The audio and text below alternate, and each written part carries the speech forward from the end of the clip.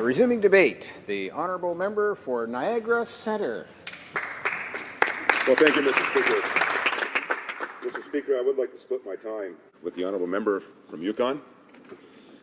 Mr. Speaker, it is truly humbling to be here today in this magnificent and historic chamber. As I stand before you today, I reflect on the words of a former Prime Minister. The past is to be respected and acknowledged, but not to be worshipped. It is our future in which we will find together greatness. Mr. Speaker, just by being here in Parliament today with all of you, we are connected to thousands of men and women who have come before us to lead this great country.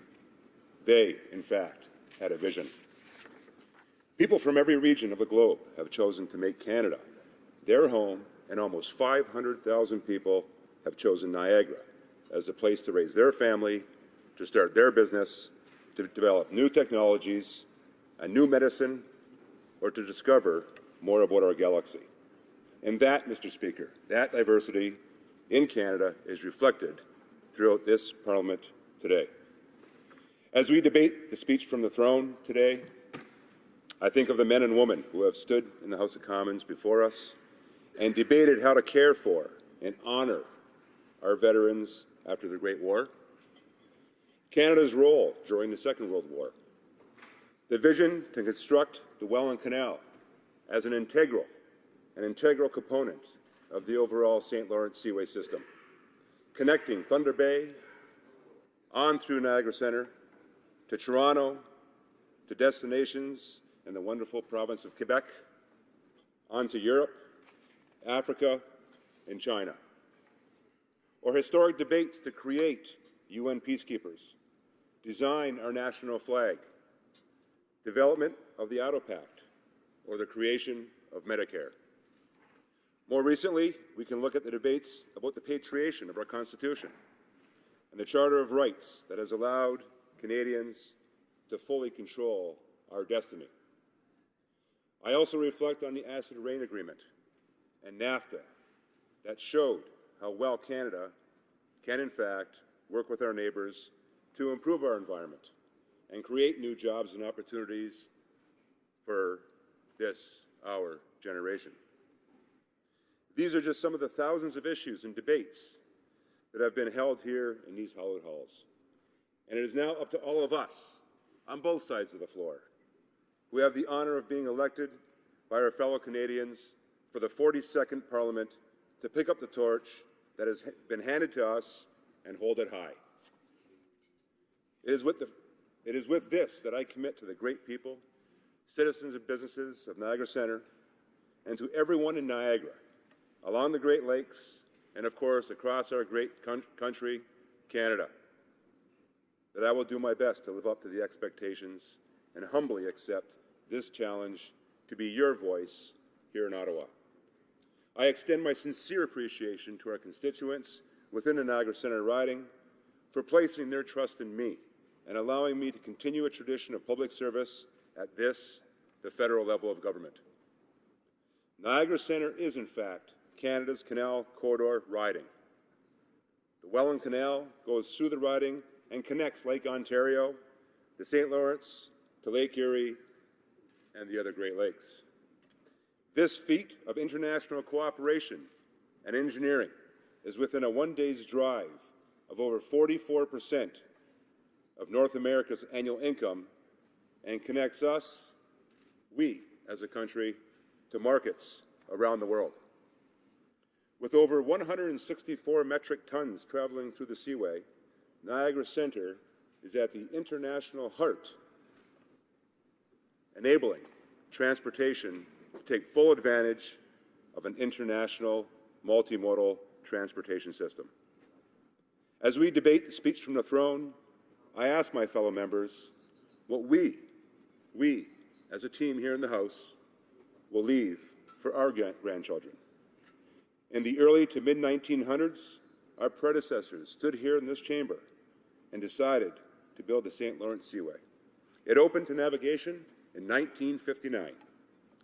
60 years later, that investment is responsible for over 100,000 Canadian jobs and injects almost $2 billion in annual taxes to municipalities, to provincial and federal governments. That, Mr. Speaker, was vision. As Canada looks to reduce our economic dependence on carbon transportation, the Welland Canal within the Niagara region, within Niagara Centre, offers an alternative way to move goods throughout central North America. Shipping on the water, reducing our dependence on trucks for long-distance transportations, would result in 5 times less greenhouse gas emissions, carrying the same goods, the same distance as shipping on our Great Lakes. Not only would placing an emphasis on a strengthened multimodal network help Canada reach our COP21 goals, it can also help address Canada's infrastructure needs. Today, Great Lakes shipping removes 7.1 million trucks from our roads and highways and saves an estimated $4.6 billion in highway maintenance. Imagine what more we can do to grow our economy and protect our environment with smart and deliberate investments like a strengthened multimodal network. Once again, Mr. Speaker, vision. And members of this House, now it's our turn. Mr. Speaker, what will be this generation's contribution? What will this generation's contribution be that will benefit the next generations 60 years from now? Canada's Canal Corridor and Niagara Centre are ready to help Canada reach its environmental goals while growing our economy. And just as Canada is diverse and has faced together, we as a country, challenging times with optimism and innovation, the people of Niagara Centre are ready to face every obstacle with an inspiring determination to succeed. We are Niagara. We will help strengthen our nation's vision that will ensure Canada is a country where everyone belongs. Most importantly, we will in fact work hard with you to contribute to making it happen.